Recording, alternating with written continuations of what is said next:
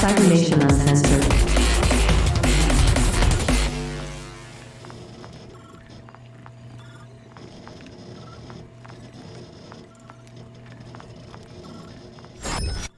We're on. Hi, everybody. Hello. Say hi. Let's make sure all the cameras, all the audio's working. Everything's good, I think. I'm checking. Everything seems to be going great on my end. And chat will let us TV? know How is if, it in TV land? Something goes wrong. All right. Welcome to Cybernation Uncensored. I'm Tracy, aka Stinkpalm 007, and this is session 3 of I Know You're a Twit, but What Am I? In this campaign, a rich exec's erratic behavior seriously disrupts Night City's primary social media platform, The Garden, and the crew's hired to rectify the situation. But before we get into that, I want to first thank all of our sponsors. So thank you to Lion Banner Games, Studio Agate, Free League Publishing, Sirenscape, Fantasy Grounds, Modifius, and Loki Battlenet. We wouldn't be able to do this without your support. Also, I want to thank Artel Sorian for creating Cyberpunk because, well, it's badass and, you know, it's awesome. So, with that out of the way, we'll do some introductions. So, as I said, I'm Tracy. My pronouns are he, him. You can find me on Twitter, Twitch, Discord, sometimes Reddit as Stinkpalm 007. I'm a ttrpg creative and pro GM. I run a number of games throughout the week through Start Playing, so you can always catch me there. Also, I have several supplements out, including Medicine Timer Red, which is free on Cybernation's website. I have Island of Misfit Bards, a circus-themed supplement for everybody's favorite dragon game, who's kind of being a jerk right now. But and I have Drunken Disorderly on drive-thru with special rules for intoxicants and stuff to pull on your players who drink too much. So that's me. We'll pass it over to Kurt to introduce yourself, who you're playing, where can we find you, whatnots. Yes. Hello, everybody. I am Kurt, also known as Covenant the Horrible Alchemist. My pronouns are he, him. And yeah, I'm Burnout, our disgruntled trauma team guy doing a side job. Where can you find me? Let's see. You can find me on Sundays over on Emporium for the Wayward Gamer, where we play Star Wars, the Final Fantasy narrative, or not Final Fantasy, the Fantasy Flight Games narrative dice system, aka Genesis. And I do that on Sundays. We're doing a rerun right now of the first season, so that way everybody can get caught up in preparation for February when we start our second season of Luck of the Draw, where I play a scoundrel wheeling and dealing kind of guy. Also coming up here mid-February, we will be launching our Blade Runner campaign. It is a mini campaign called Dreams of the Future, so pay attention to my socials and you will find out when that happens. Other than that, that's me, and the drunken rules that Tracy wrote were not for me. No, I have different drunken rules in medicine, so yeah. All right, with that, we'll kick it over to Crimson. Hey y'all, it's Crimson Galaxy. That's K-R-I-M-S-I-N, because I'm not me without a little bit of sin. My pronouns are they, them, she, and they. And today I am going to be playing your dreamer, the nomad car girl, for just lack of a better term, trying to figure this shit out. You can find me on Twitter at sin_gal, and pre-end of game, I'll just say I am going to be joining a Power Rangers campaign over on the Initiative Order starting on the 23rd, and it should be a somewhat longer running series that I'm super excited for. I'm going to be playing the Yellow Ranger, and y'all should definitely come check that out. Yeah, I'll plug games at the end of this session. Cool. And then finally we have Diamond. Hello, everybody. I'm Diamond Dust. I am a VTuber with the Moonlighters Network, and I will be GMing for Cybernation Uncensored soon. Today I play as Frost, a very run-of-the-line extraction specialist for the Lazarus organization. Also seems to understand the ebb and flow of the corporate life. However, is trying to prepare herself for picking up probably one of the biggest targets she's ever had to. You can find me here on Twitch primarily at diamond_dust_320. I do Cyberpunk RED content a lot, along with a few other games. I especially enjoy RPGs. And I also do run my own game Wednesday nights over on my channel. I am trying to think. Oh, I'm also over on the Funny Bird app. It's there still, I guess, but I think that's everything I got for you for now. I do go by she/her, if that's important to you. Thank you. I need to grab a book. Oh, fun. All right. So, before we get into our recap, I just want to stop and throw in my little disclaimer. The story is a work of fiction. Names, characters, business, events, incidents are all the co-creations of the table and their imaginations. Any resemblance to actual persons, living or dead, or actual events is purely coincidental. This is totally not based on some rich guy who screws up social media in real life. No. It's totally fictional. Just making sure everybody knows, where we sit, because, we are in the dark future. And with that, now we're gonna play in the dark future. Yeah, instead of the dark present. Ah, there we go. Sometimes it's a little bit nicer, But all right. And at least good body modifications exist in the dark future. She's got a point. Yeah. Yep. Cheap contraception that's freely available. Like, there's lots of benefits, and I mean, we're already exploited workers, so Yeah, true. There's no escape. Exactly. So, I'm actually going to pass it over to Dreamer for our recap. So, could you, Dreamer, in your own words, could you tell us what happened last time? Yeah. So, first, we got a job. Then we came together. And then we went to talk about it a little bit. And as of last episode, we had been discussing up to that point what we should be doing. And we did pick that back up.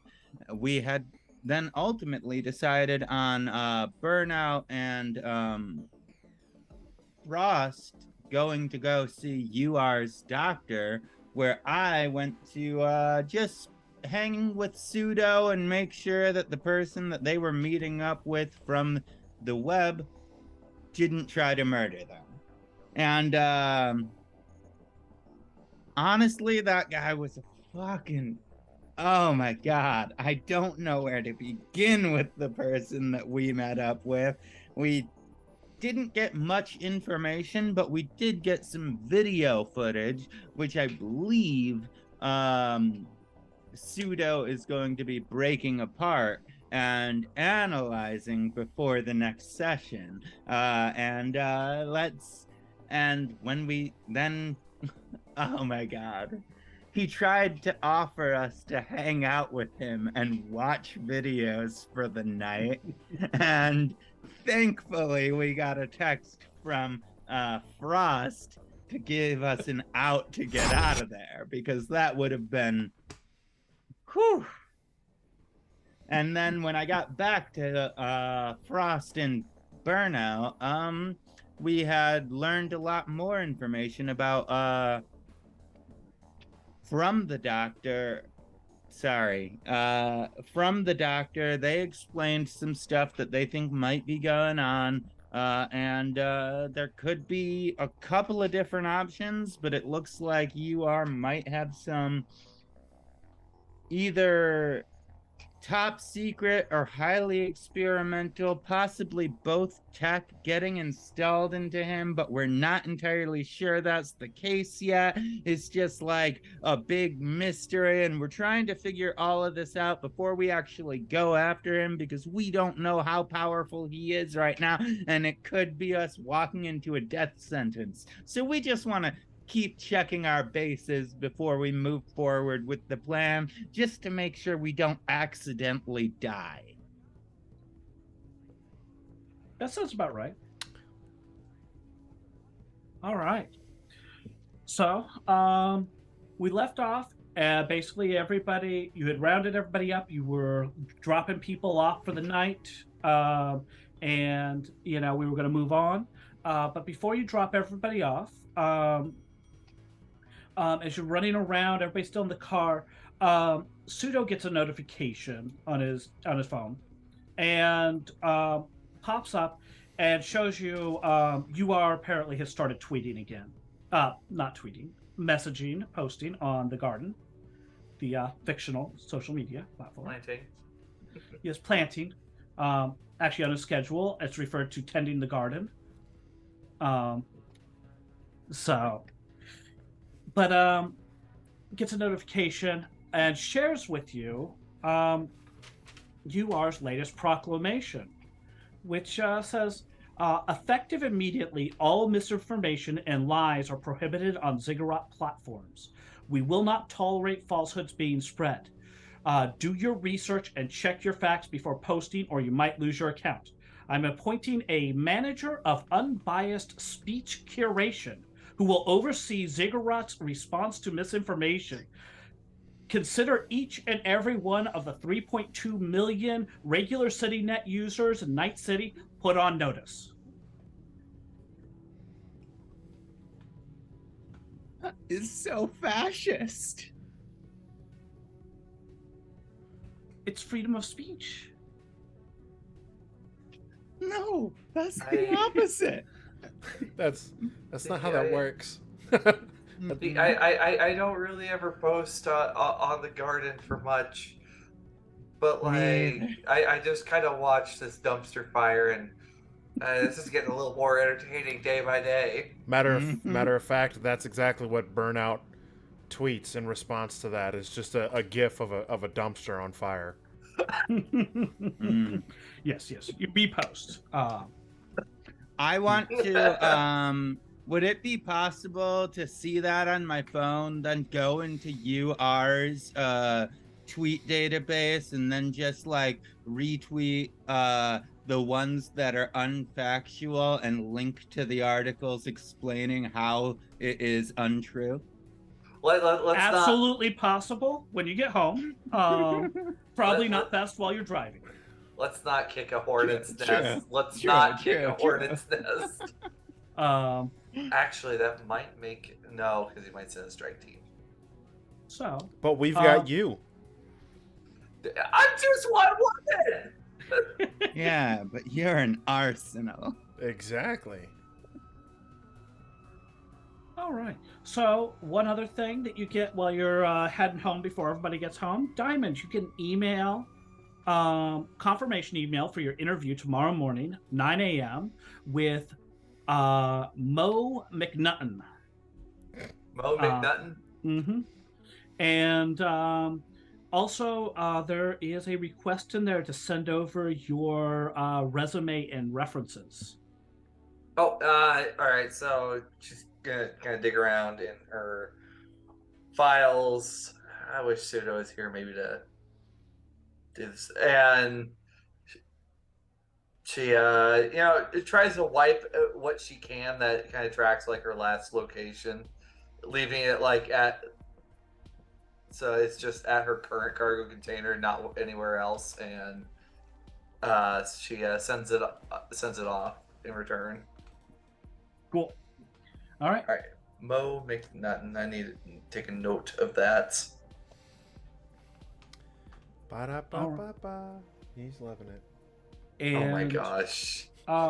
So we drop everybody off, and just briefly, I'm going to run through each of you guys so you guys can say like kind of what you want to do when you get home, and then like tell us a little bit about your place, and we'll go around, and then we'll kick off the next day. So, Burnout. When you get dropped off at home, tell us a little bit about what you do, what your place looks like, whatnot. So I immediately like just dump my bag by the door. And it is a small 1-bedroom kind of like studio apartment kind of thing. Where it has like a hole in the wall that is essentially where the bed is at. It doesn't have like an off the side closet or anything along those lines, but it does have the cool little, because I'm a fan of this even before the video game, the step down into living room area kind of deal. And conversation pit. The conversation pit, yeah, exactly. That's one thing that we called it. That's so 70s. And then it's real simple. He's got a shelf that has all his awards and certificates and stuff like that from like the Fourth Corporate War kind of thing. Like he's got like this wall of memorabilia and stuff like that from like his time when he was in, and then a lot of empty takeout boxes and reusable chopsticks, just kind of like laying about everywhere. There is one thing though. He does have a little closet that's right there that has his trauma team flight suits and all that stuff in it, and all his trauma team gear that's there, and like it has like a thumbprint lock on it, and it just has a timer on it that says suspension, and it says like 47 days remaining. And all of his trauma team gear is in there, so like all of his weapons, his helmet, his all that stuff, and he just has to look at it and just be like,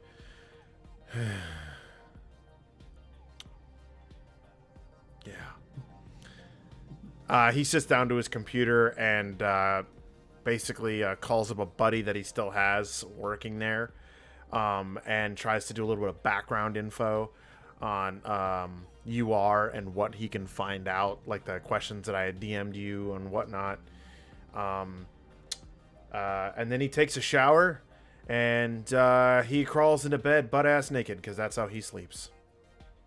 All right, cool. So you go off to sleep, and let's pass over to Frost. All right, so when Frost gets back to the North Cargo Container Village, I mean, it's a cargo container village. It's not going to be the best looking place, but I mean, it's home. So yeah, she gets into her container, kind of gets all of her clothes packed together to go to the central shower house, as all cargo villages have. Also grabs a few hair curlers, gets those packed together, and she heads immediately over to the shower house, also packing her gun with her, just setting that on the shelf next to her in the shower, and heads back. Her cargo container, it's very bare bones. Like, she doesn't carry a lot of stuff with her from place to place, as she does move containers every so often, especially during especially after really busy jobs she might catch a little smoke for if she doesn't move.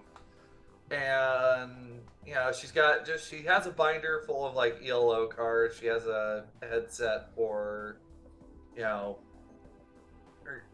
for gaming, but also along with that, she's got a few boxes for her gun care stuff, and also her old gi from the academy. Other than that, it's just the microwave, sink, and fridge, and the bed basically the college dorm room furniture that comes with every cargo container. So she'll kind of do the best to make herself look as presentable. Do you need a grooming check from me? We'll do one right before you go to your interview later. In the morning. But So what are you doing when you get home before you go to bed? I'm going to take time to look over my resume, which I'm going to pull up now, so that way I have it fresh on hand. And also just kind of take time to just like not have to be like unaware like all the time for just a little bit. Just kind of, you know, reflecting on what's to come. All right. This is a big job for her. And this isn't just, you know, little accountant got a little too much heat over at Skooga, Maryland Finch, and needs to be moved elsewhere. This is, you are a very big fish. Absolutely. All right. So, and then obviously, Dreamer, you take yourself home last. Yeah. Yeah.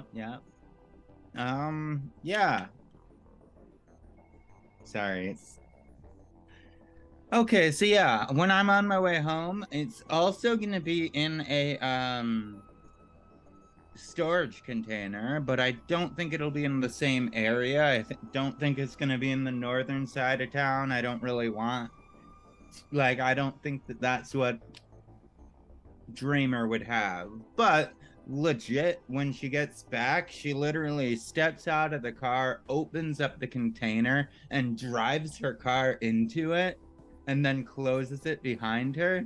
And all that's in there, legitimately, is just like a fridge to hold some food, a cot in the corner, and just like some lamps so it can be lit in there. And that's like, besides like a little hot plate, I think that's all she even has in there, because she doesn't really spend any time there and doesn't feel the need to like furnish it at all. She just wanted a place big enough to store her car so she could keep it safe while sleeping, essentially. And she would legit just like pull her burner back out of the glove box and then just like go and sit on the bed and see if she got a message, honestly.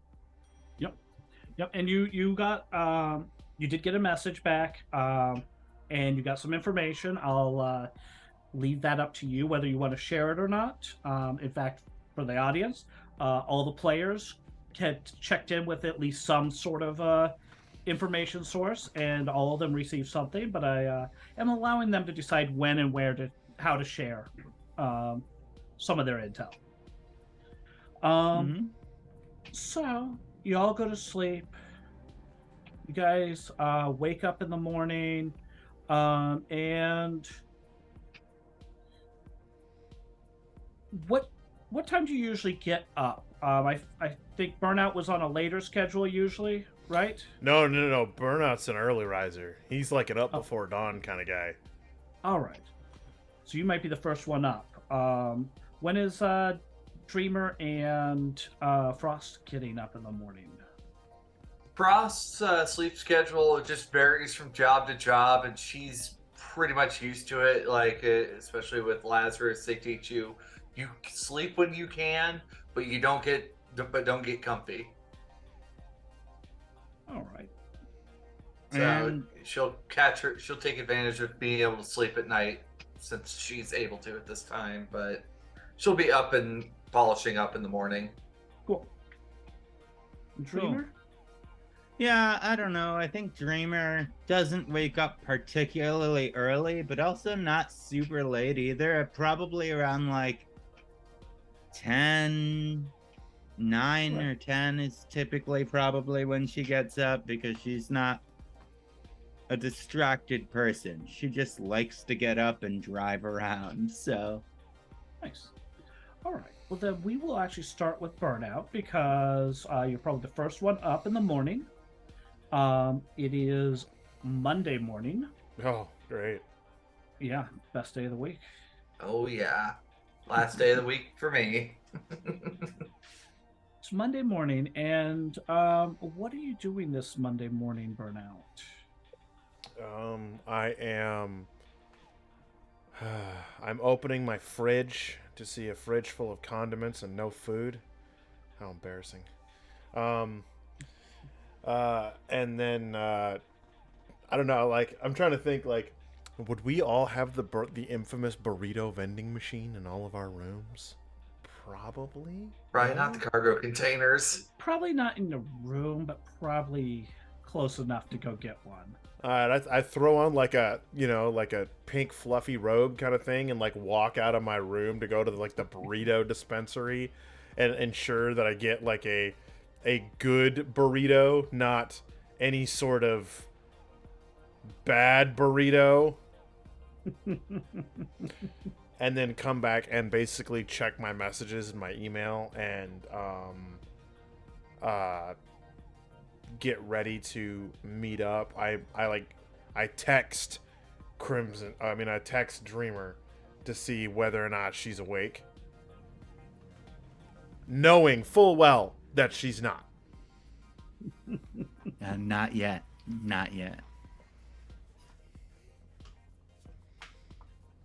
Oh no, Cold Spider, there is such a thing as bad burrito. Yeah. Oh yeah. Bad burritos. So you got some messages back from your contact at Trauma Team. You also just kind of picked up a few rumors yourself as med tech and the kind of things people talk about from people. But you're just kind of hanging out. You're waiting for Crimson. Did you want to look back over those medical records? You'd mentioned that before. I did. Basically, because of some of the rumors that I've heard, I want to double check with the medical records to put any of those rumors to bed, specifically the ones regarding you are having a possible brain tumor or possible neuro disorder. All right. That is not directly related to Chrome. Because Yeah, I get that Chrome can cause it, but like that there isn't a pre-existing one. Yeah, so I'm gonna ask for 3 different roles actually. All right. There's gonna be a medical tech role that will be about interpreting the various tests and such that you have, because those are a lot of times run with medical tech. It's the understanding of that side of things.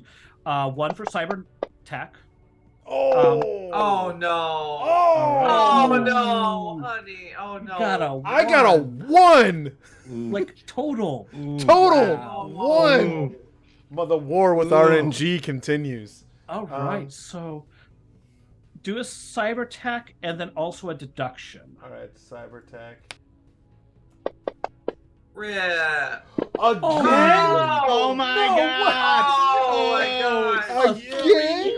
I think RNG is not RNG today. For those of you at home, I just rolled 2 critical failures back to back. And what was the -10 and a worst it -9? could be, and the second worst it could be. And what is our final worst roll that you needed me to make again?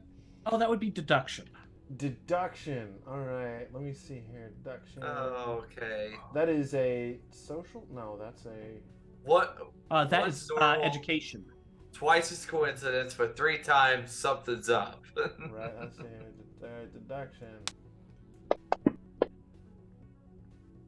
Ooh. Okay. All right. Well, that one was actually pretty good. 18 on deduction. Was kind of hoping for another real massive crit failure so I could feed you some total garbage. I know. I mean, I'm okay with it too, because Roll20 hates me, Foundry hates me, and now apparently Fantasy Grounds hates me. We're just going to go through the entire gamut of VTTs and find all the ones that hate me. Alchemy, you're next. All right. You got a good diagnosis. Let's see. That would be out. That is.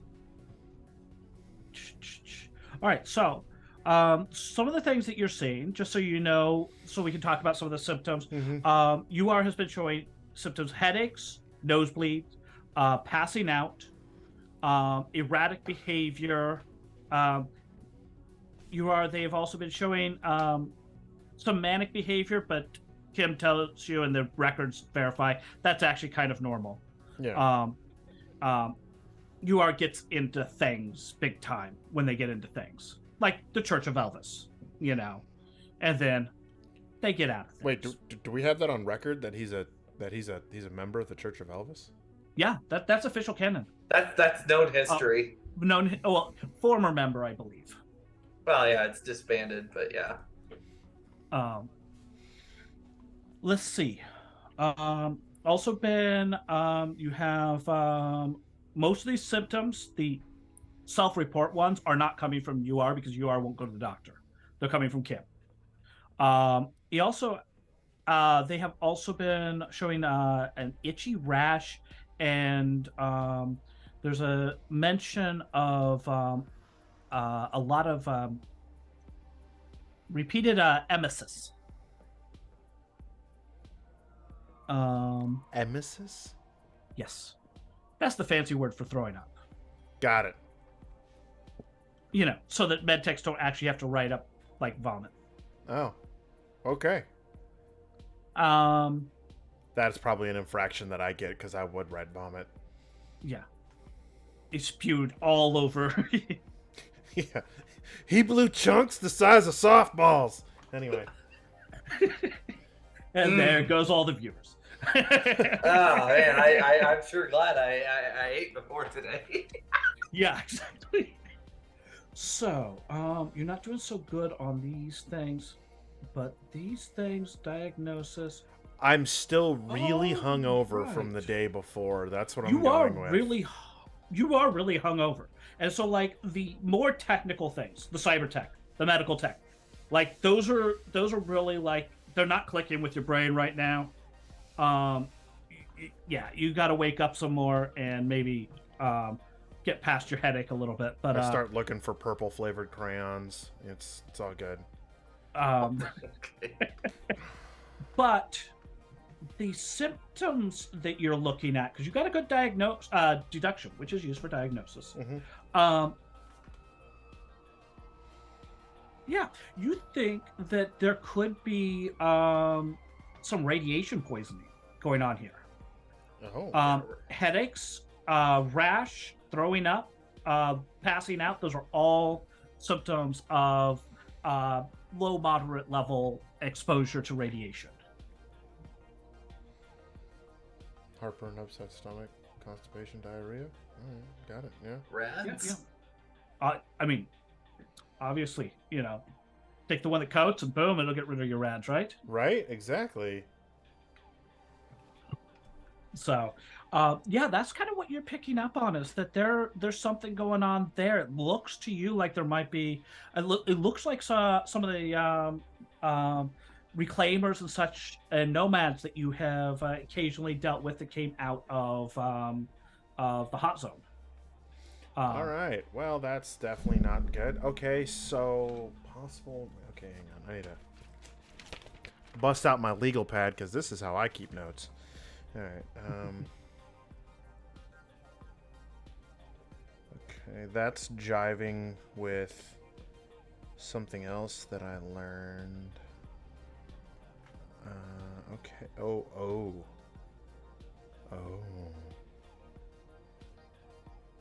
Okay. All right. Yeah. All right. I see what you're doing. I'm on to you, GM.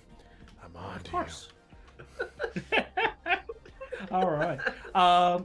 So, are you just gonna do anything else specific, or are you gonna just kind of hang out until you can get Dreamer? So I do the. I'm trying to think, like, because we're doing the whole no tech com talking part. The no communications thing is very difficult because I instinctively want to like blast them with the information that I found out. Yep. You know what? I make myself a good old hot cup of joe with pumpkin spice creamer because I am that basic. and watch the news until I hear back from Crimson with the Wheels. All right, cool. In that case, we will move over to Frost. Frost, you get up in the morning around your usual time. It's probably just a little bit after sunrise. Most likely like right at about 7:30 a.m. All right. Yep, that's what I was thinking. Yeah. She's gonna pull the curlers out of her hair and get herself pulled together. Hopefully the new suit arrives by the time she needs to get on out of here.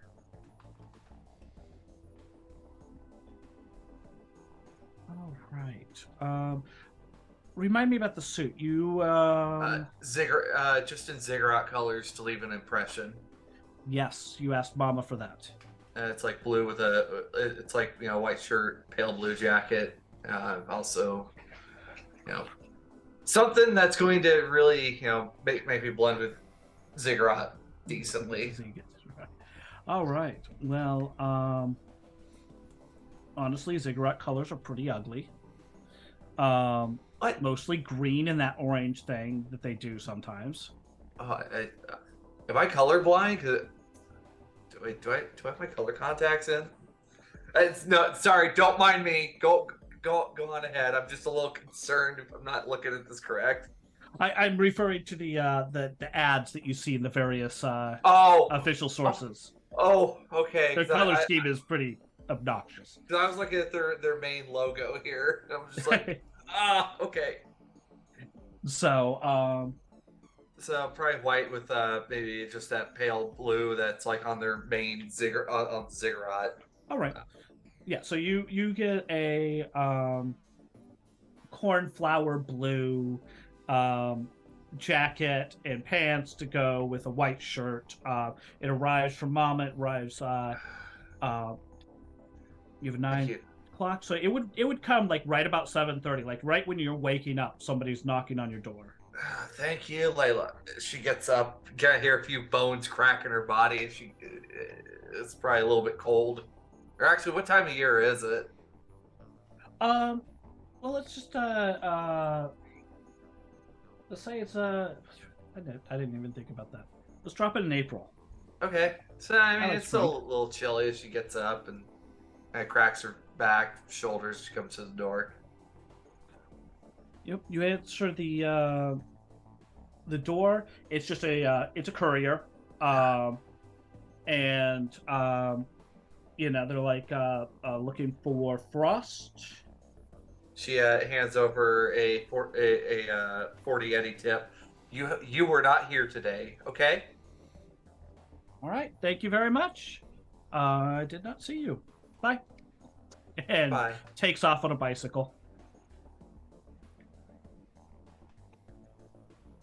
And you have a outfit. So now would be a good time to do your wardrobe and style, personal grooming, get ready for your interview.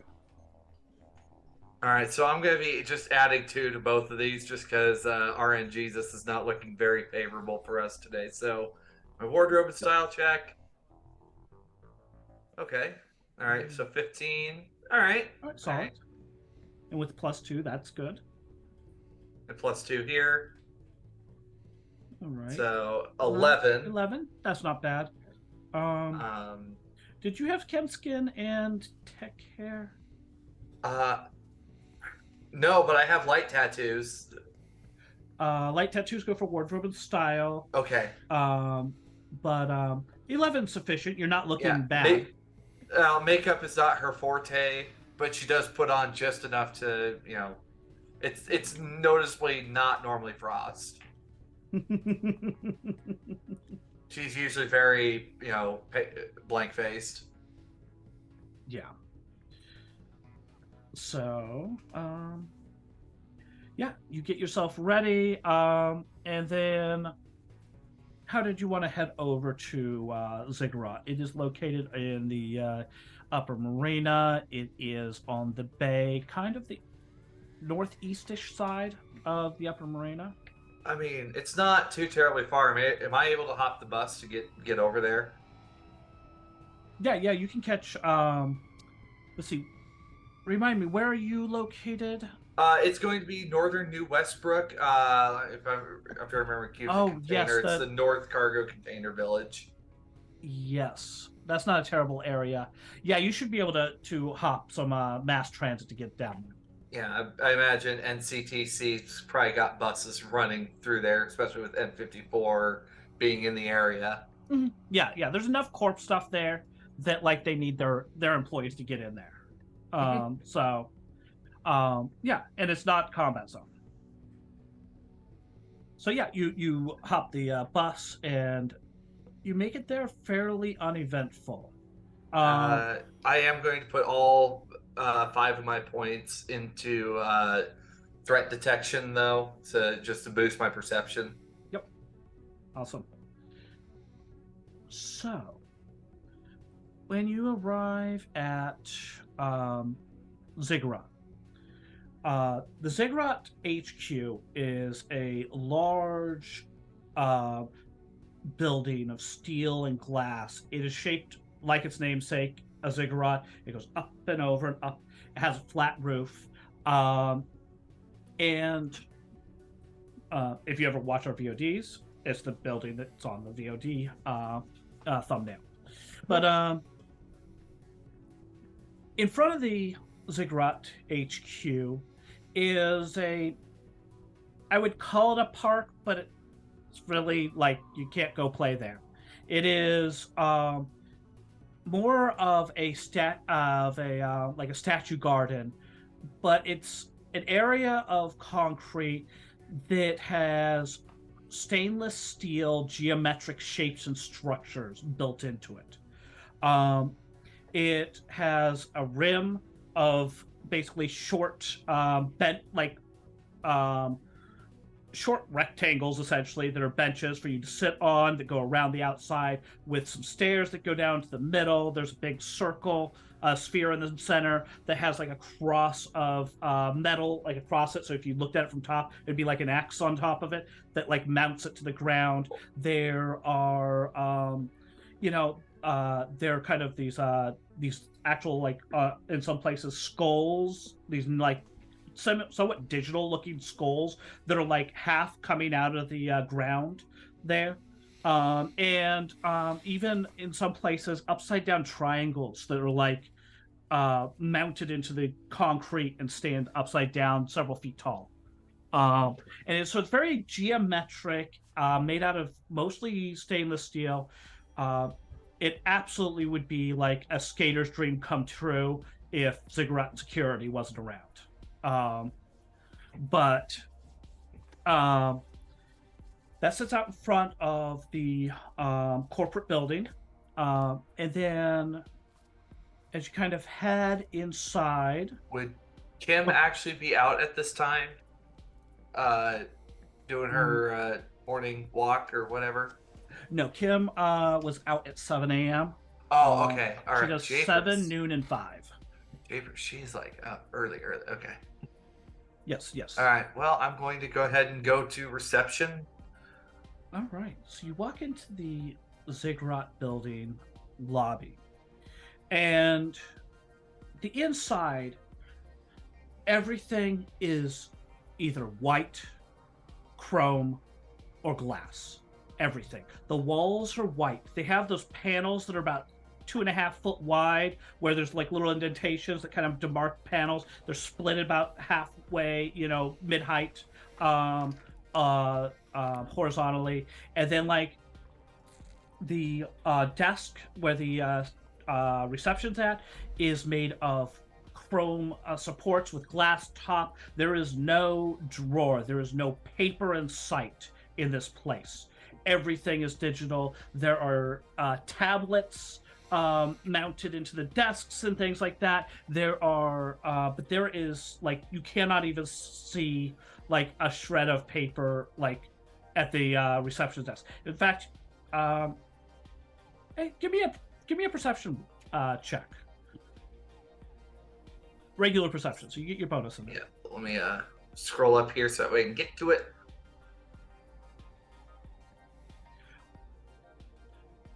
Oh, Feel my Feels today. pain.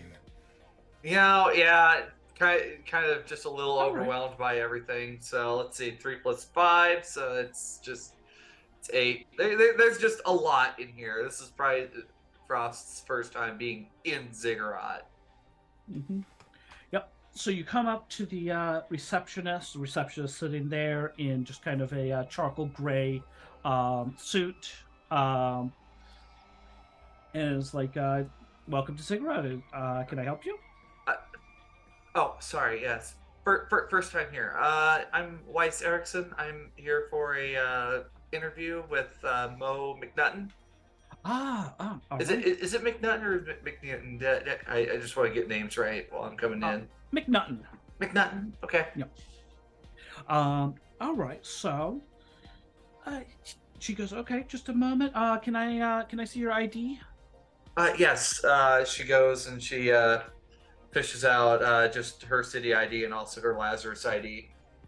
All right. Just The receptionist takes them, scans them both, and then prints out a little badge for you, little temp badge, and hands it over to you along with your things.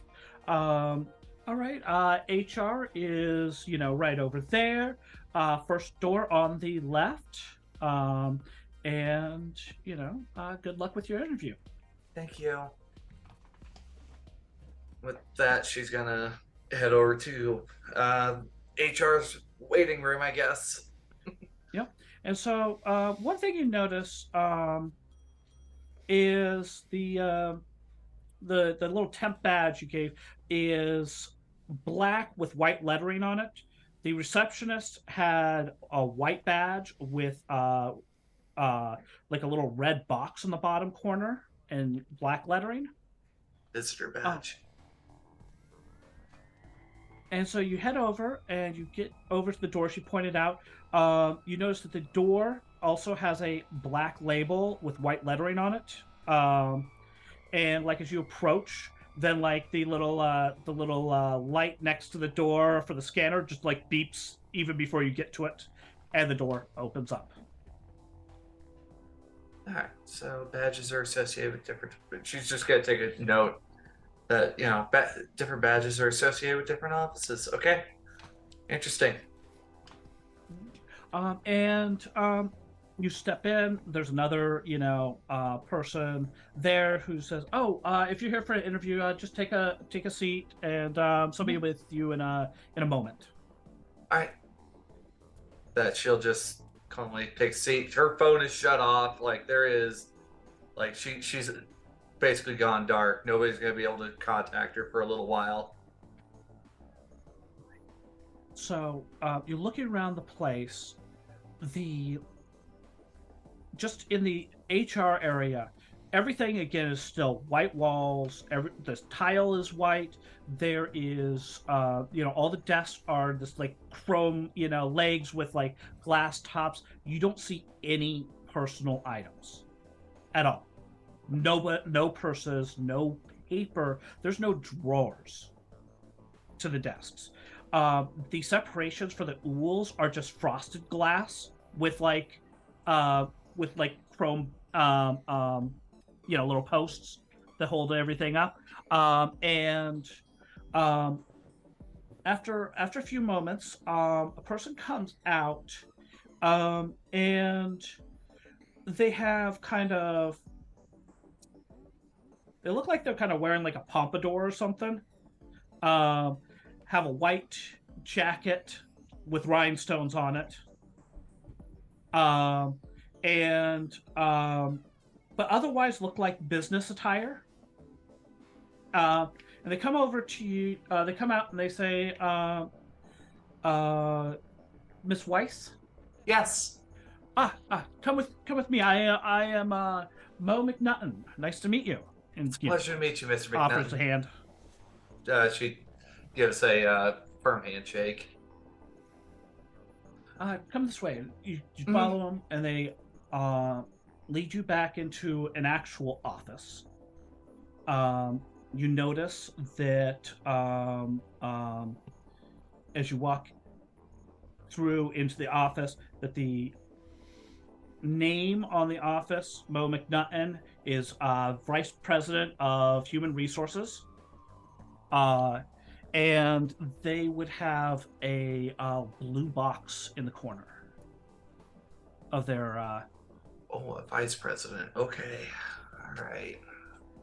And you enter into the office, and there is like the decorations, everything, all the wall space is taken up with these framed sets of, you have a picture of Elvis on one side, and on the other side you have an item like a piece of kibble that looks like Elvis in the same position as the picture, and then a potato chip and an Elvis, and then a leaf and an Elvis. A leaf. A leaf. Okay. Yes, and a rock and Elvis, and just all over. It's all variations of a frame set with Elvis on one side and some item that looks like Elvis on the other side. Everywhere.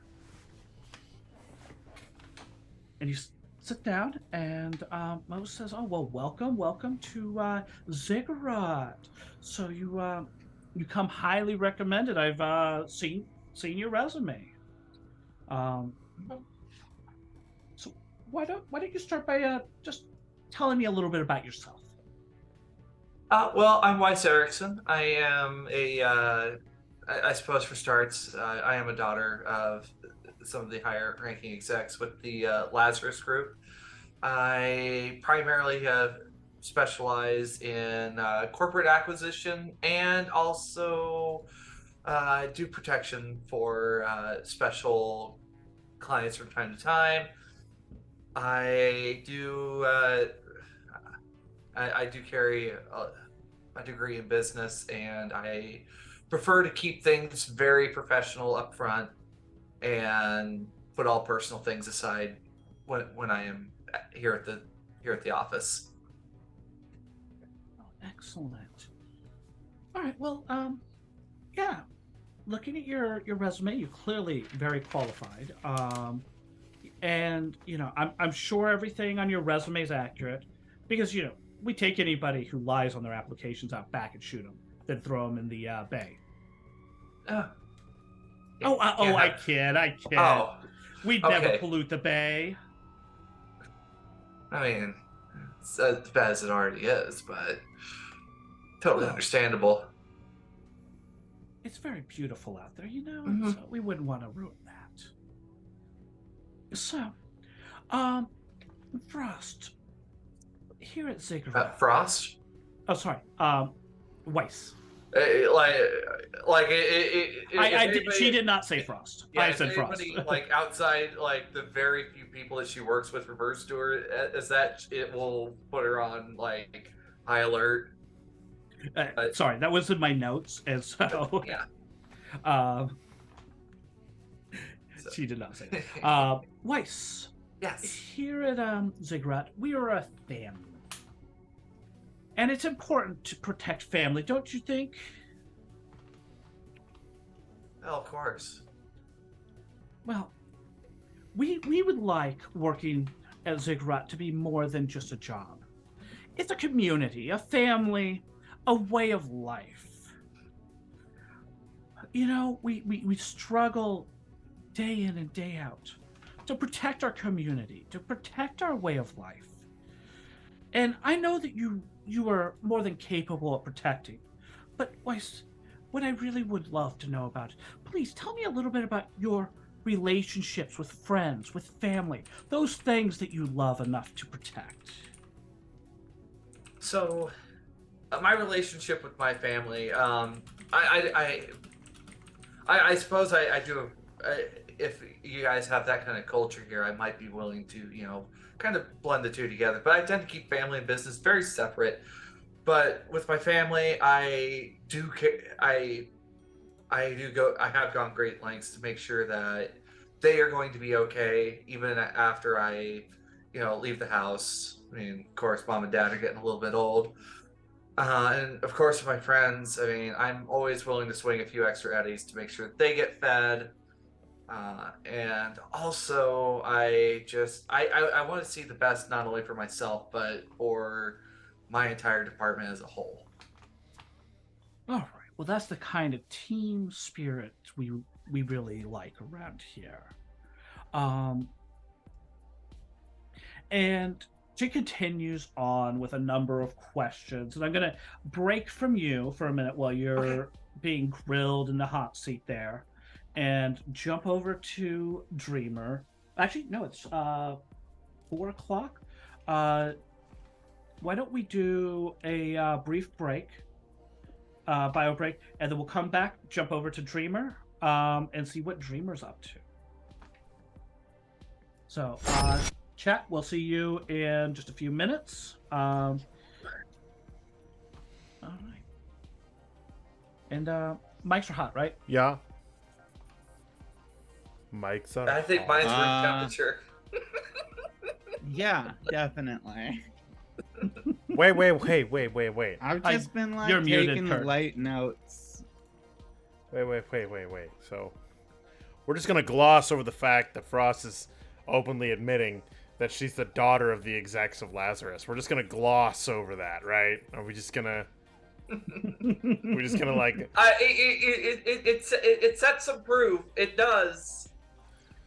Like, I mean, Yeah. don't get me wrong. I mean- I've heard how to have a good cover story, like when you go in. But I mean, like, shoot for the moon, or what, or What's just. there to hide, Burnout? What's there to hide? I mean, I know. I just. Erickson. If it's a high enough exec name, Erickson's gonna get around. So. Alrighty. All right. I'm going to go grab some water real quick, Yeah. and I will be right back. I will also be right back.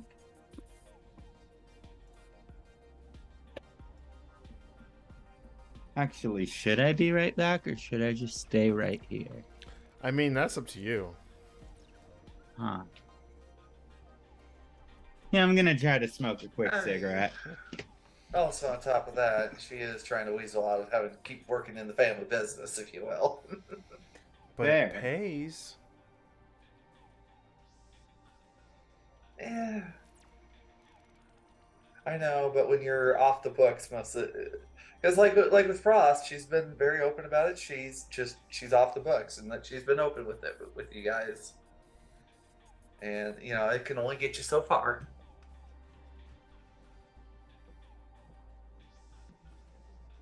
Then again, her view on corporate life is going to be very different from the rest of you guys. Yeah. Because, well, I mean, again, Burnout, works primarily for Trauma Team, where, it's a glamorous job in the media. I mean, Am I it has wrong? its ups and downs. And then, we got Dreamer, who is very, very, very polar opposite to Frost and, her feelings on corporate. I'm just interested to see what happens today, because I still want to know what everybody got sent in their DMs. That's what I want to know. Well, I kind of, revealed a little bit of what I saw. Because, I've got some of them juicy fruits going on in here. Oh. I got juicy fruits. I got, good intel. And... I mean, I above table, the med tech in me, I put 2 and 2 together on, what's, where the hell, well, we know what zone, but we don't know where in the zone. I do. Oh. I figured it out. I know. Between the stuff that I learned today and the stuff that was in my DMs, I know where we're going. That's your belief. Don't try and screw me like that. All right. I I was started this game off with double crit fails, okay? Don't take this from me, all right? Oh. Don't take this from me. Though, Well, maybe you never had it in the first place. That's fucked up. Tracy, I'm just messing with you. I've taken that idea you sent me, and that's I'm keeping that in my back pocket. By the way. The bozos. Oh yeah. Oh, that's a good one. I've had fun with that one a couple times. Oh, I can't wait for my player because there's just like the bosses are around. They're around. It's like. I was giving somebody else in chat some evil bozo advice too. I went at my boys group with bozos who were all on the roof of a building, and they had water balloons full of acid and started throwing them at everybody. Oh, that's just man. diabolical. There goes your SP. Oh yeah, it was great. I was doing area effect SP ablation. Soften them up before the big bad got a hold of them. My tech is literally just becoming a not as egotistical Iron Man in a sense. She's working on a very big project, and I might snatch it up. I might. Night City giveth, Night City taketh. Yeah. Taketh away. I mean, I think didn't you say your tech's working on like some power armor or some shit like Yes. that? Yep. Yeah. So, I mean, it could be fun to steal it and make them have to fight it to get it back once it's finished. I mean, she also has like an AI driven like nano machine suit that she uses as armor. Provides her SP11. Cool. But it has a net in it, so it could be hacked. You're welcome, Raven. Or I hope that I don't regret this. Either way. I hope you regret it. I hope you regret it. But 100%. also, Watch us on top of that- Fridays. You'll see. I do. I yeah. do. That's what I'm hoping for. I'm like, okay, let's see what happens. All right. Well, I listen to the High Riders campaign while I'm at work. It helps those first few hours go by a little bit quicker. Acid in space? Oh, fuck. Raven? That You know what? I'm here for it because think about it, right? That sounds It's- horrible. it's It's- zero gravity. It's zero like, gravity. It's going to be like this little bubble of acid moving around. Just don't let it touch you. Well, so Don't you let drop it get- it in area, and then it's like evasion rolls to move through the area, right? Like you Yeah. can do like an area like obstacle sort of thing, and just be like, all right, there's acid all over it here. DB15 evasion to move into or move through. You realize you're handing her the mechanics, right? Oh yeah. Okay, just make it. I think that's something important though that I like with Cybernation Uncensored though is we can come together and share these ideas and improve each other's play styles. Like I mean, Yes. it's improved my game a lot. We come together, we experience these games, and we teach each other new ways to kill our PCs. Exactly. And It's screw 'em amazing. Huh? And screw them up. Yeah. Hey, Well, the tech also had acquired a guard dog from N54, and it's cybernetically enhanced, and she's gonna have to hope that they don't have to old yeller it. One of my kids has a cyber dog, but they're a med tech, a veterinarian, and they're working on removing the cyberware and rehabilitating it. Aw. Yeah. Because they're anti-cyberware and animals. Anti-cyberware. How dare they? Yeah. Well, They're one of the few characters who are like, I'm against cyberware. Like, I don't like cyberware in people or animals. So Inquisitor? No, not like that vindictive. Like, just, okay. just like, I won't do it. Alright. I won't put it. Like, they're a med tech. They won't install cyberware. Okay. They'll remove Alright. it. And they're good at that, but they won't put it in. My med tech does like heavy evaluations before putting any big pieces of cyberware in anybody. Right, folks? How we Yeah. doing? How we feeling? I mean, my I'm personal doing med tech pretty just good. drops anything to anybody who's paying. Absolutely, just you know, you come with the eddies, you know, they'll hook you up. But Yeah. all right, so I guess we're all back. So why don't we jump back into things? Alrighty. All right. Off to Dreamer. Off Yeah. to the dreamer. Yeah. So, By the way, have you named your car yet? Car's Oh, got to have a cool shit. name for these kinds of stories. Come on. It does. Just like how we got, Fuck, like, why have I Twit. not thought of that? I Please feel tell like me it other needs an people old watch Knight person Rider. name. Gladys. Yeah, But that's or Opal. Hey, chat. Hmm. How about we have chat vote on the name? Yeah. Chat, What throw out can ideas my if you have car's any. name be? All right, so Dreamer, we're gonna find you in the morning. You just got up. You already have text from Burnout about what? Just picking you up, picking him up. Mm-hmm. But what are you doing this morning? Well, upon waking up, I probably just like grab an MRE out of the fridge and like toss it in a microwave, eat real quick. Yeah, I know. But you know, poor people food, right? Yeah, so I eat real quick, then I pick up my phone, check my messages, and send a message back like, what time do you need to get picked up? I respond with a 5 hours later. Anytime, really. I got some stuff that I found out that is good to know for finding Waldo. I hear ya. I got some info myself, and I was actually thinking about going to get some more information. I was planning on swinging through the family's place to talk in a more private setting, essentially. So,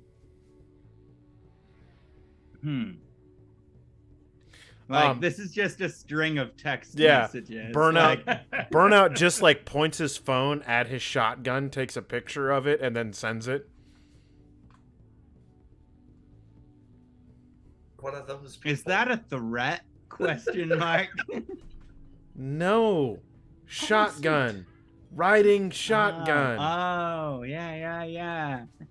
All right, yeah, we can swing through.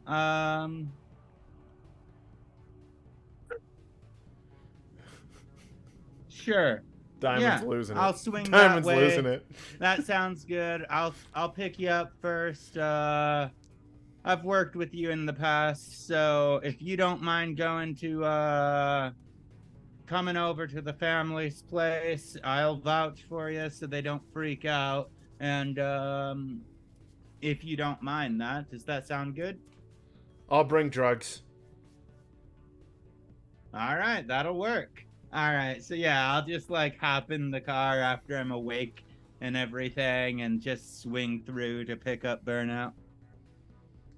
All right, you swoop up Burnout and you head off over to the family's place. Why don't you tell everybody where your family lives? Well, my family actually is a nomad family that is actually trying to do some reclamation in the old combat zones. So that's actually where they set up shop, so to speak. They got their own little corner of it carved out, and they do a lot of stuff that way. So essentially, it's going to be like deep, like not super deep into it, but pretty deep into the old combat zone, and just like in a building that they took over that seemed to be structurally sound enough to hold it. Right. Yep, so you come pulling up. They have their building as like kind of main area. There's a couple of little like side. They're more or less shacks, but they're home built. You know, they're strong enough. They stand up to the weather and everything. So, and you'd never tell one of your family that their shack looks like crap. You know, well, at least their construction work. But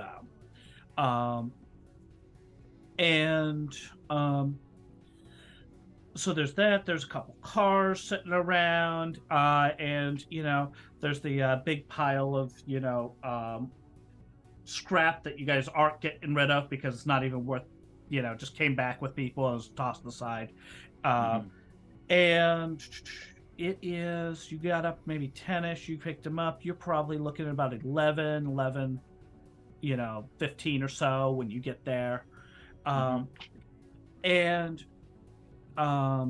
Before we get out of the car, I look over to Burnout in the front seat and just am like, all right, be careful out here. You know the shadows who died in the blast haunt the hot zone, and sometimes they like to snatch people, so keep your eyes open.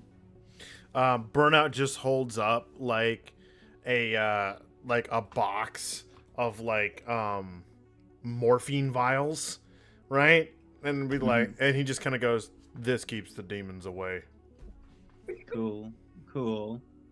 Yeah, also, like, a legit thing that I feel like is way more important, keep your eyes out for any corporate-looking goons or anything, because my family does do a lot of reclamations, and it seems like a lot of the corps around here come in and just, like, try to take the shit that other groups have salvaged rather than doing it on their own because it's cheaper. So definitely keep that in mind and keep your eyes open, all right? All right, cool. And then I would get out of the car. First thing Burnout says is, "Why does it smell like bratwurst?" Oh, it's there's an old sausage factory down the street, and the smell kind of never left. Weird. Yeah. So,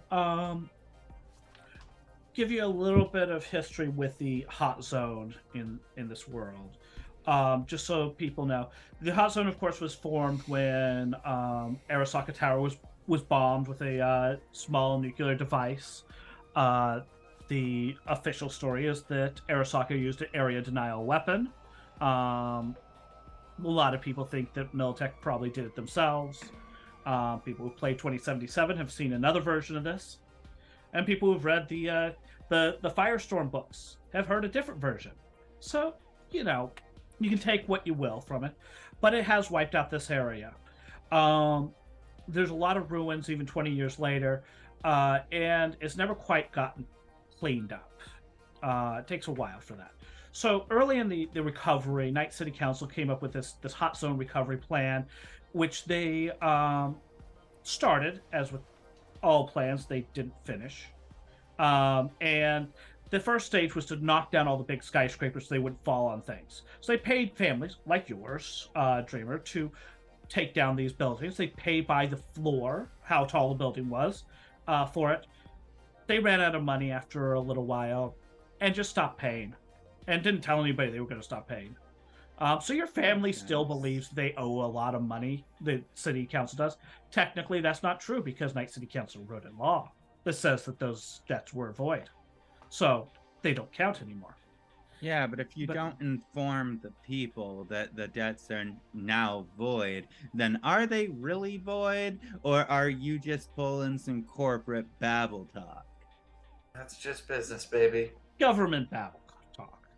Yeah. Slightly different, you know. Well, I mean, same thing. A little bit different vocabulary. They used the 1.1 version. Yeah. Exactly. Yeah. They So, used that OGL 1.1 instead of 1.0. So there's a lot of toppled buildings, these big skyscrapers that have been toppled, some of them completely smashed. Some of them are still kind of hollow shells laying there. People took them down a variety of ways. Your family oftentimes use demolitions because Old Harold is a demolitions expert, amongst other things. So, but later the policy shifted more towards pay by the ton of rubble you shove into the bay. That worked for a while, and they actually got some stuff cleared out. Stuff more northward. But when Upper Marina became popular, well, then there was demand for safe routes from Little Europe over to the Upper Marina without going through combat zones. So that ended. So now they pay by truckload, and is getting dumped over in the dumps on the outskirts of town. That's not going anywhere because that's just not affordable for anybody. So, now you guys have just gone straight back to just reclaiming whatever you can manage to find in the buildings, or the ground, or underneath, or in the sewers, or wherever. Because some of you may or may not know, but when you have a nuclear device go off in an area and you're already built on areas in which you just filled in a bunch of ocean to make land, you can get liquefaction, and you can have buildings literally sink into the ground when stuff like this happens. So there's interesting things. So just to kind of give you a little bit of an idea how this place, is around in the hot zone. You get out of the car, you come up, there's the big, kind of warehouse building that you guys have taken over. And out front, you see Sabine, who is the head of the family. She, is just not the oldest or anything like that, just that people trust Sabine, and Sabine was willing to do it. As with many leaders and nomads, the one who steps up and actually does it, well, they get to. She comes towards you, Dreamer, good to see you. Hey, Sabine, how you doing? Doing good. Just getting stuff together. Thanks for the info you sent me last night. I just had a couple more questions that I thought shouldn't be handled over text. Yeah, who's this? This is Burnout. They're a doc that we've been both supplying and getting meds from to help supply other areas, and they're cool. Like, they are legit. Oh, that's Burnout. Well, good to meet you, Burnout. Yeah, your supplies have helped a lot of people around here. Burnout tosses the box of morphine over. She pops it open. Ooh. Yeah, we'll get this over. We'll get this over to Zazzy real quick. Local medtech.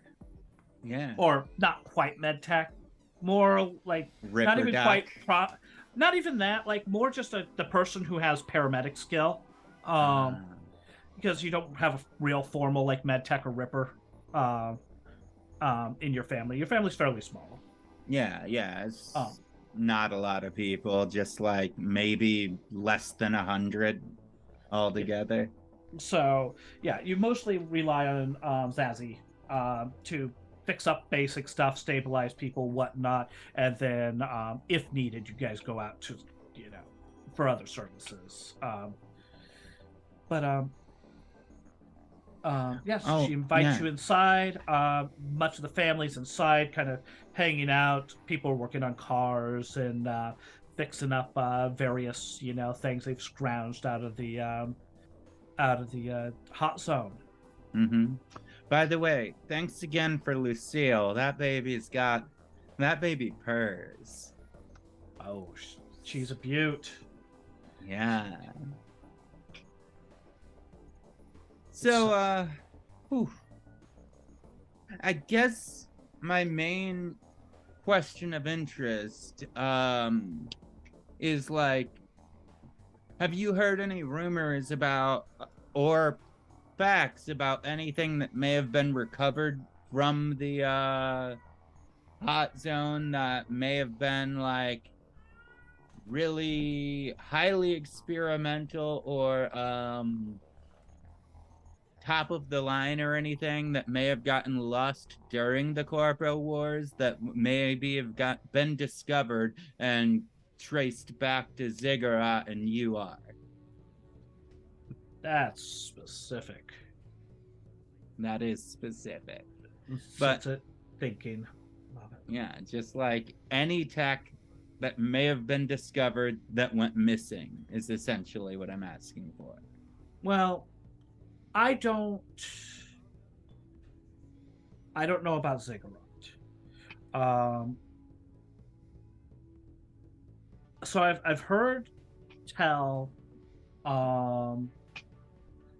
that a group of scavs picked up some drone a little while back out of the hot zone that started shooting people up in the upper marina. Shot up a bunch of cops. Shot up the scavs, shot up cops. Don't know what happened to it. It kind of just disappeared, and so I don't know if that, but that's something that I heard about. And I heard the weirdest story, but somebody's telling me that a full Borg moved into the precipice, the cargo container down on the southern side of the hot zone. No, down by close to where I am? Yeah. So somebody told me that there's a full Borg that lives there that was one of Arasaka's Borgs that got drug out of the rubble at some point. But I don't think I haven't heard anything about him with Ziggurat or whatever. He's been like, I don't know, edge running or something. I mean, what do Borgs do? Yeah, true. Assimilate. Sometimes. Yeah. I mean, there's definitely a history of that. But yeah, I don't know anything specific about connections to Ziggurat. I mean, you know about the place over on the other side of the actually you tell me what side of the hot zone is your family located? So you said they're on the edge. Are they more on the Little Europe side, the Upper Marina side, more southern, like either Glen or Old Japantown, or like the northern stretch that's more like that little bit of Upper Marina that sticks up there? I think probably up on the northern end of the old combat zone near Old Japantown, but like on the like right on the bay. Like you see on the map where like there's a little edge that comes down into, or wait, no. I'm looking at the wrong place. All right, so like yeah, just like up on the corner of Old Combat Zone and Old Japantown, just like maybe a little bit further south, like on the map, maybe like a couple millimeters there, but like, yeah. All right. So you're pretty much on like the south side, southeastern side. When exactly was this drone this drone incident? Oh, that was a few months ago. Right, I'm right, but about what day of the week was it? Do you recall? Oh shit, I don't know. Let me I could probably search it up on the data pool or something. I saw some articles about it. There was some media named Nauvoo that was reporting on it. Nauvoo? Yeah. Spelled weird. It's like Nauvoo. Nauvoo.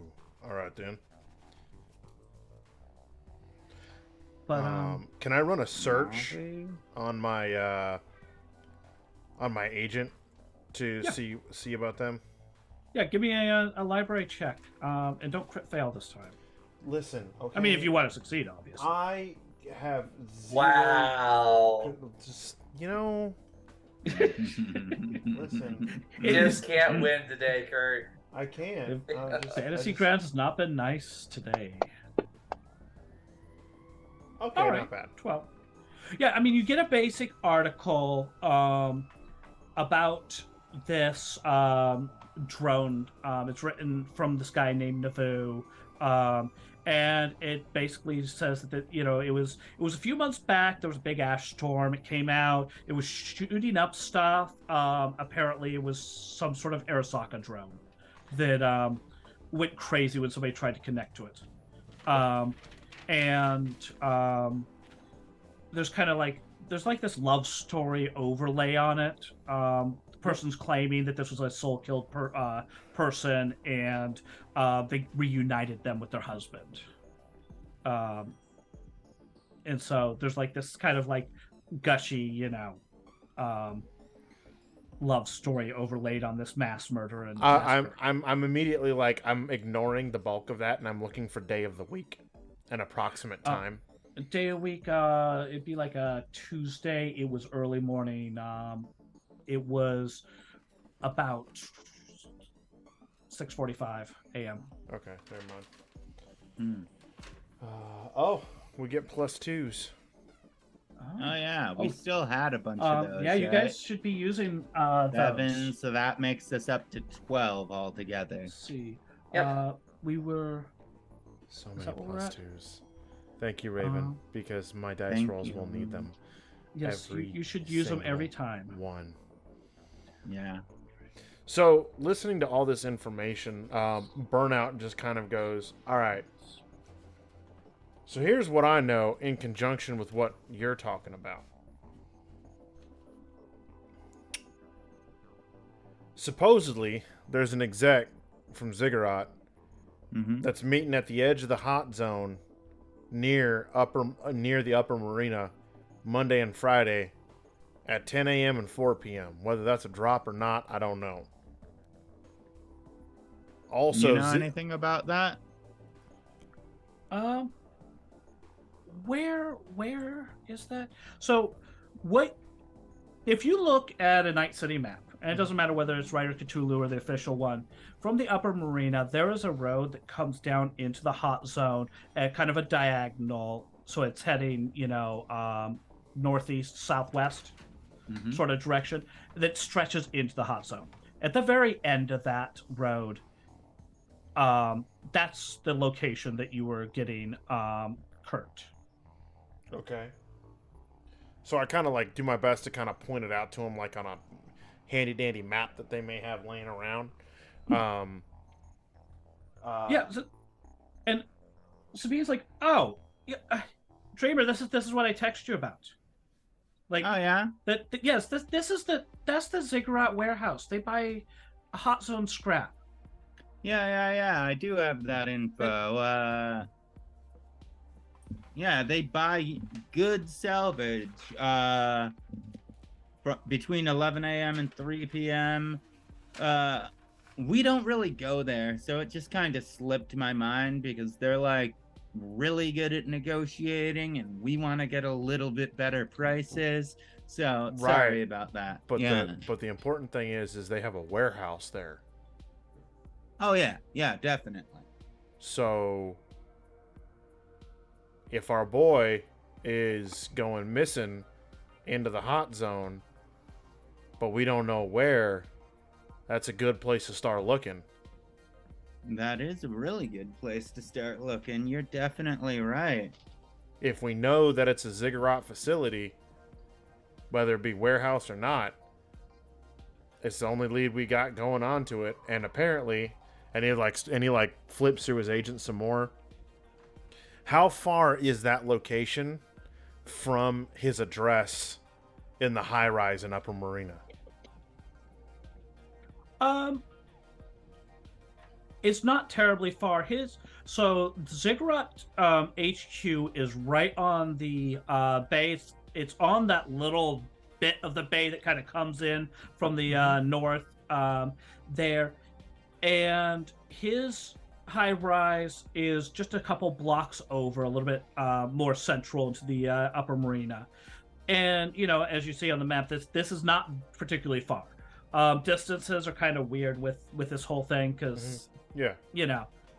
Yeah, but it would not be much of a drive. And that road that extends into the hot zone, Dreamer, that's usually fairly drivable.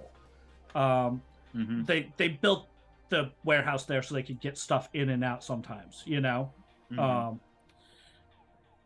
so it's kind of a stretch of area that's been cleaned up. Yeah.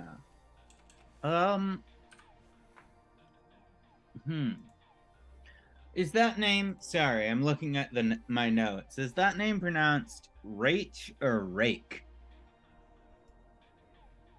Rosh? Rosh Barton? Rosh?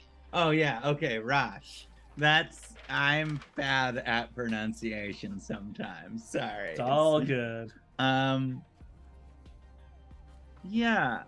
So, I turn to Burnout as I'm saying this.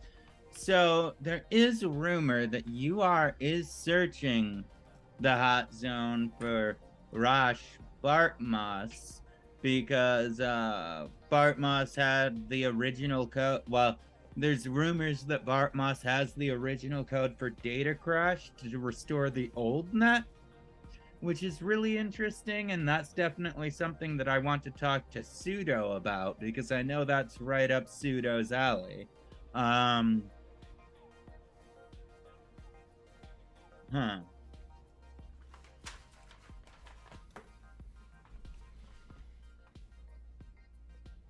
Yeah, I don't know.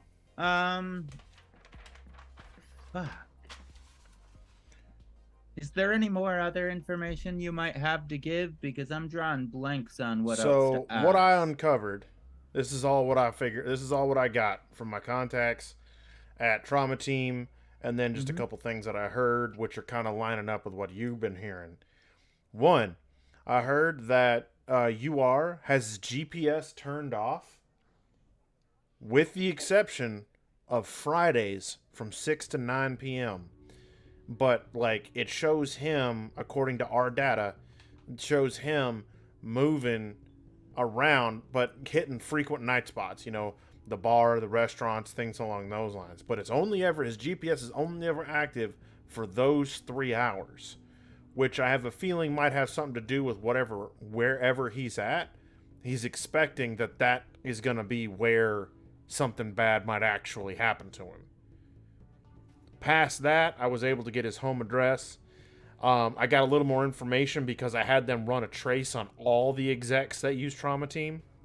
And one of the execs, whose name I didn't get, I just got his code number, right, goes to the edge of the hot zone near the upper marina Monday and Friday at 10 a.m. and 4 p.m. 10-4. Oh, 10-4. Which coincides with what your scrapper buddies are saying. And then the only other thing that I learned was here frequently, many of the Ziggy execs have been traveling to WorldSat and N54, frequently.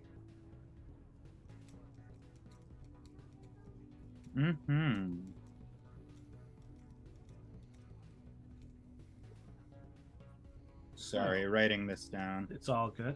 So Wait a minute, hang on. Did you say something about a full Borg moving in? Yeah, I heard something about that over at the precipice. Well, there's a rumor going around about UR over at Ziggurat, apparently. Something about he's gone rabid. He's been fully Borged, but he's needing constant updates. I mean, I wouldn't put it past him, but... Well, no, Put it past him, but that sounds... But if you're saying that there's a Borg running around and that this other thing is happening, right? How many rumors does it take for it to be true, kind of thing, right? Too many coincidences. We're pulling from two different areas of information.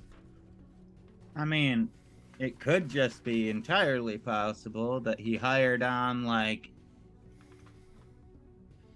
a super borged out individual as part of his protection, but it could also be very likely that it is him. Listen, I only know of one full Borg that still exists, and that's Smasher, and I don't think that's who he's got. True. Yeah, I don't think Smasher has done much work for Ziggurat. All right.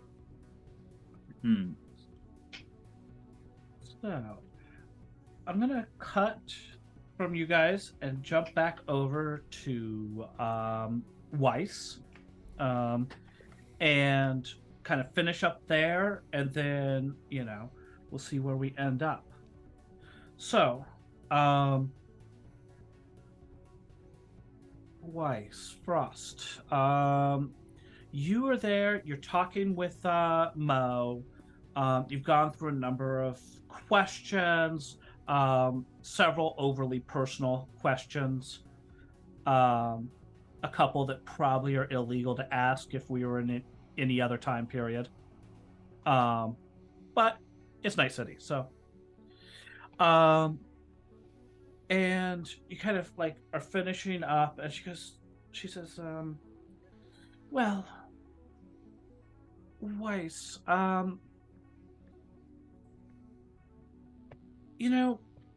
think that we would like to hire you as part of the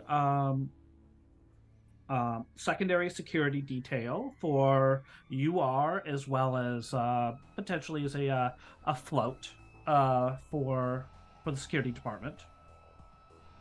Okay. And they like push forward like a number with a reasonable compensation for what you would be doing. It's not overly high, but it's also not lowballing you. It's probably more than I make doing contracts for Lazarus. So probably more than you make there, because it's inconsistent with the contracts. Mm-hmm. So what would you have to say about that? I'm gonna just kind of look it over, looking for the fine print. I'm just gonna use my micro zoom to, wait, no, I don't have micro zoom on this one, do I? One second. Well, so they could scribble up they would have a contract and papers or whatever if you accept it. In which case you could roll like bureaucracy, or business to evaluate. Good thing she's got a degree in it. Yeah. So, would you be interested in joining the Ziggurat family? Kind of looking over it, it's probably just typical. It's probably just a typical corporate contract. I would. I do just need to, talk to the folks back at Lazarus. I do contracts for them, but I imagine having to watch over the face of UR, the face of Ziggurat, it's going to probably be a much more full-time gig than, contract by contract basis. Well, yes, we'd be inviting you into our home, into our family, to join in this endeavor. And so it would, it would be great if you joined us. In fact, it would be ideal if you, could answer before you leave today, instead of taking the time to go and discuss this with Lazarus. I'm sure Lazarus would understand. It's more I just want to be able to leave on a good note with them. Just, it's just niceties with all families, if you understand. Consider this a yes. I just need to, pack up some last few things over at the office, and then. Oh, excellent. All right, then we will consider this a yes. So,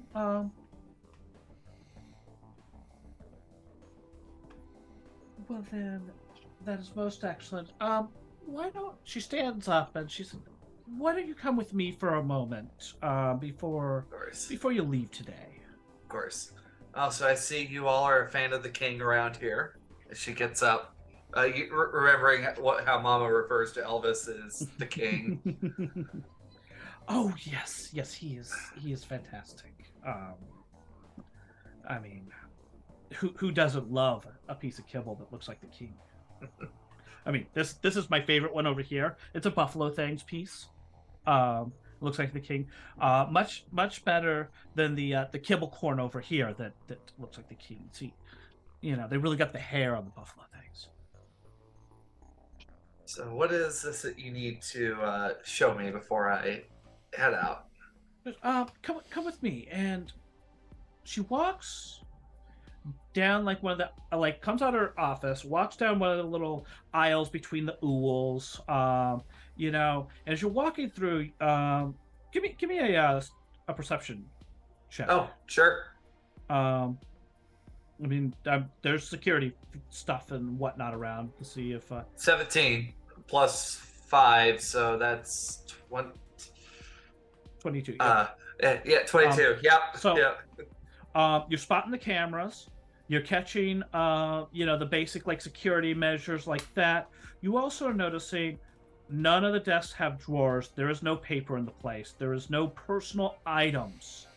Like nobody has a cup on their desk. You also have noticed that you've seen signs for bathrooms, but you have not seen a bathroom door.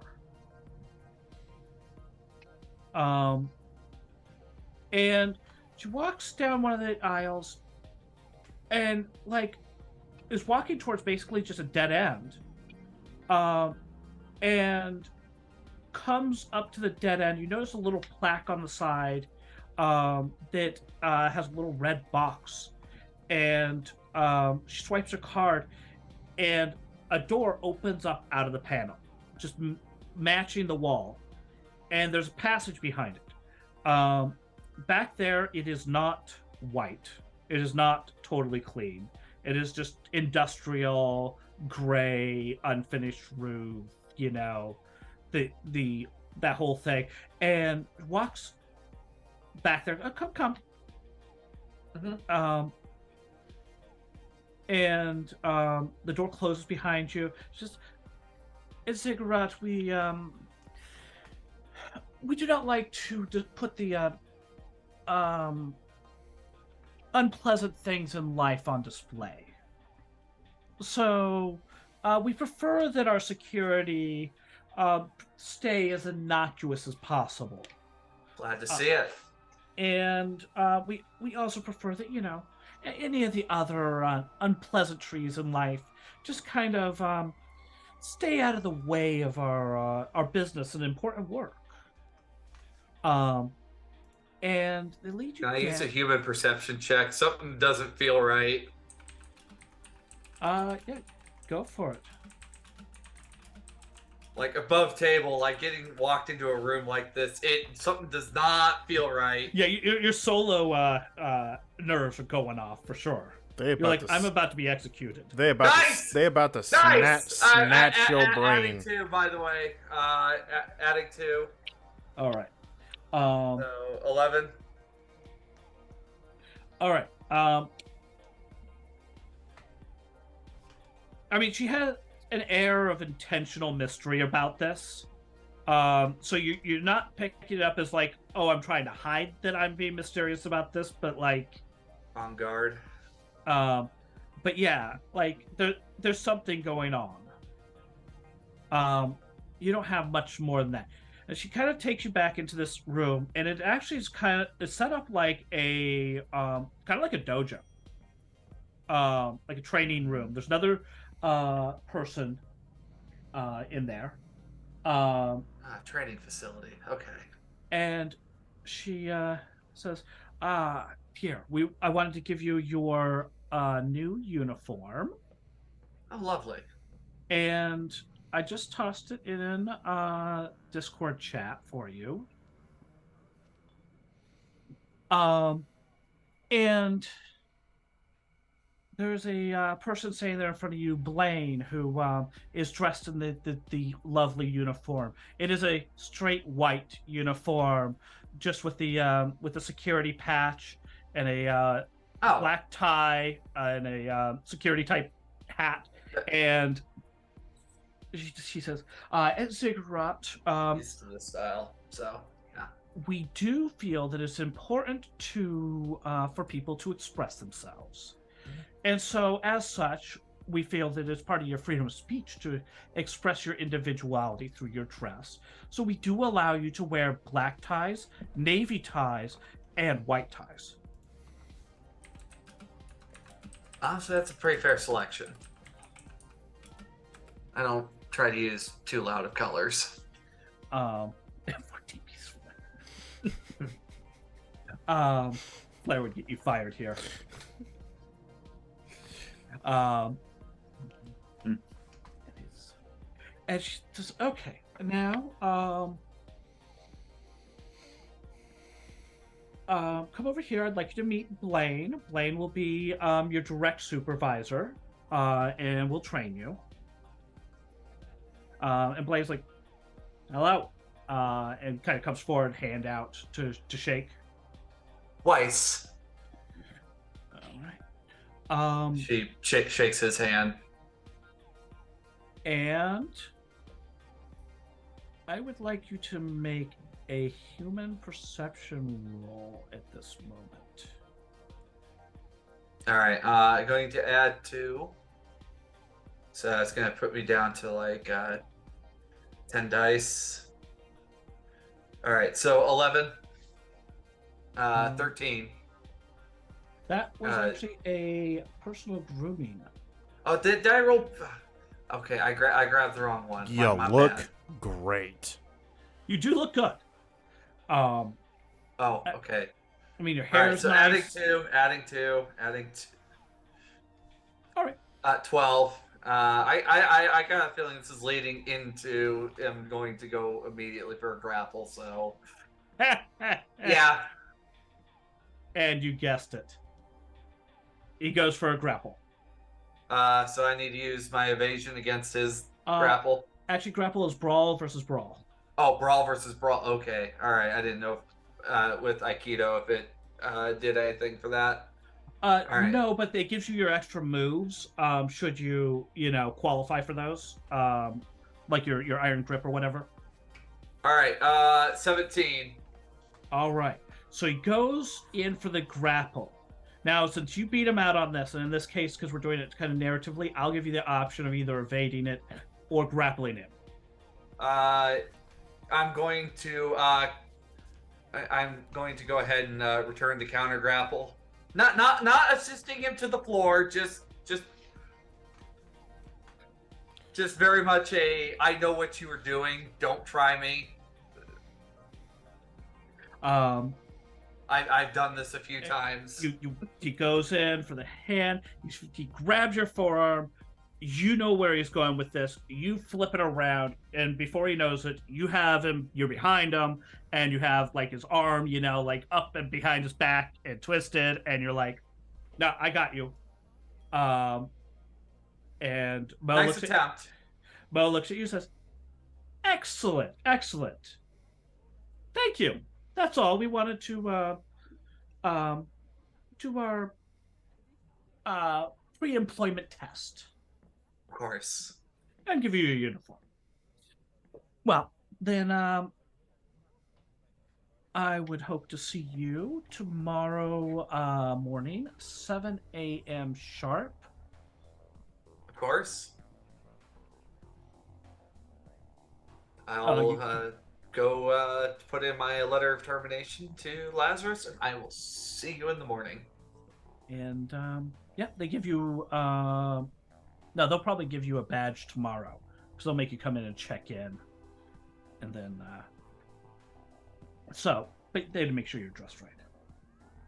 So I think that's is there anything else you wanted to do before they let you leave Ziggurat? I figured I'm just going to go ahead and collect my uniform. I guess one last note. Hair policy. I know different companies have different policies for hair. Do I need to cut back, or just can it be tied back and we call it a day? Um, Blaine says it needs to be up and out of the way. Oh, easy enough. Easy enough. So, and yeah, that's it. Make sure your shoes are shined. Make sure your uniform is clean. Of course. And Blaine kind of leans in and says, "Don't let the uniform get dirty at all. They'll bust you for anything." Of course. And it is straight white, like straight, off the manufacturer line level white. Might need to put some protectant on it then. That's what it looks like. So, all right, excellent.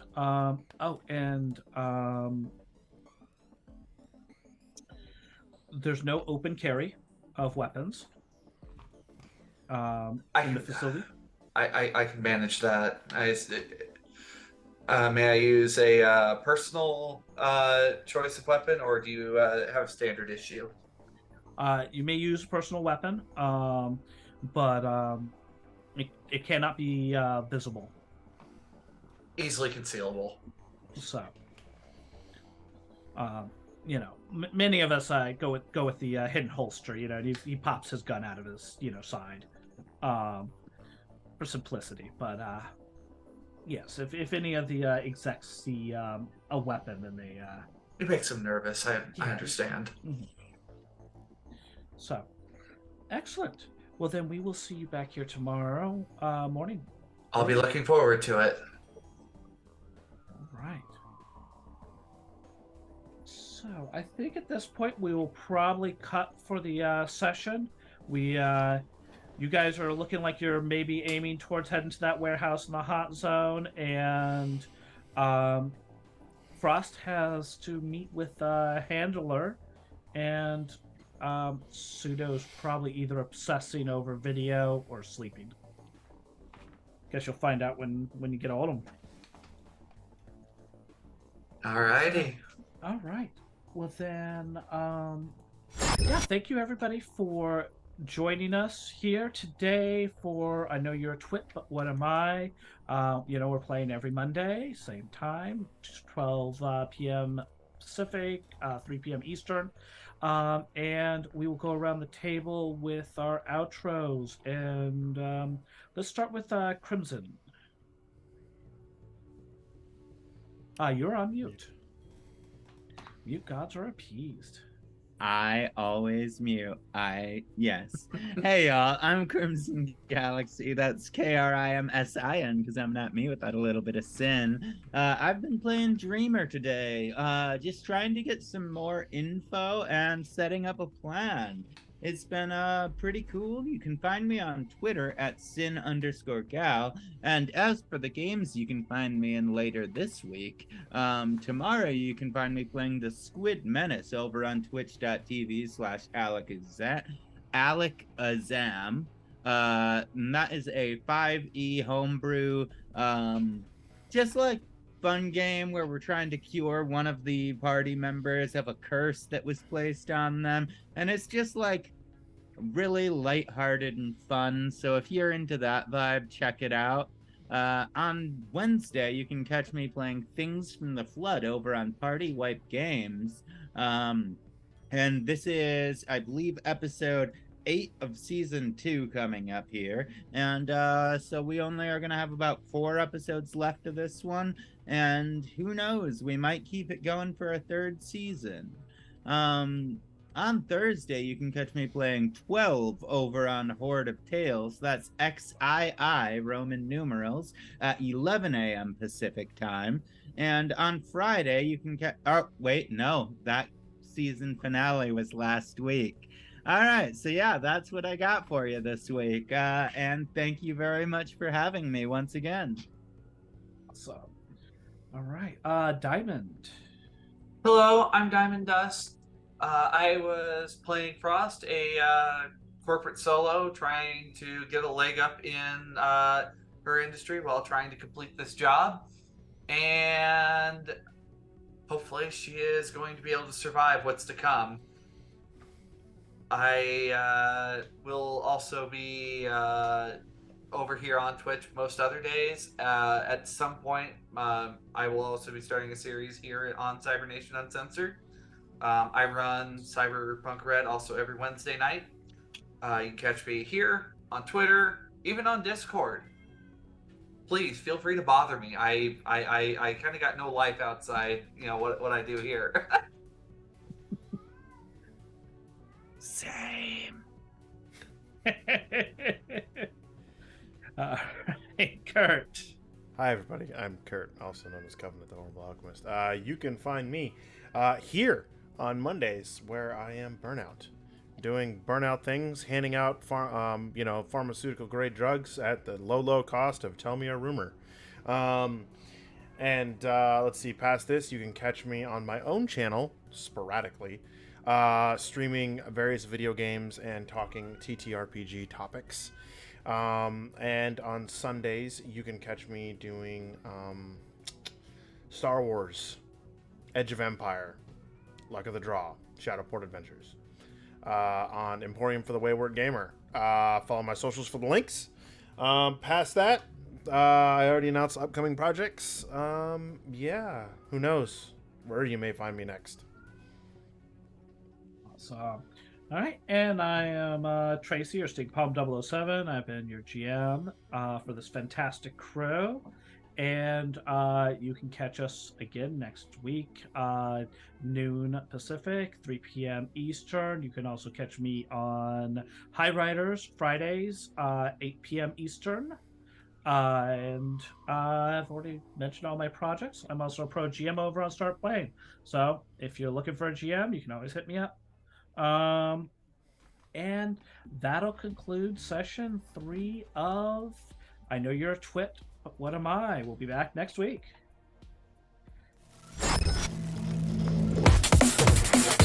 Cybernation Uncensored.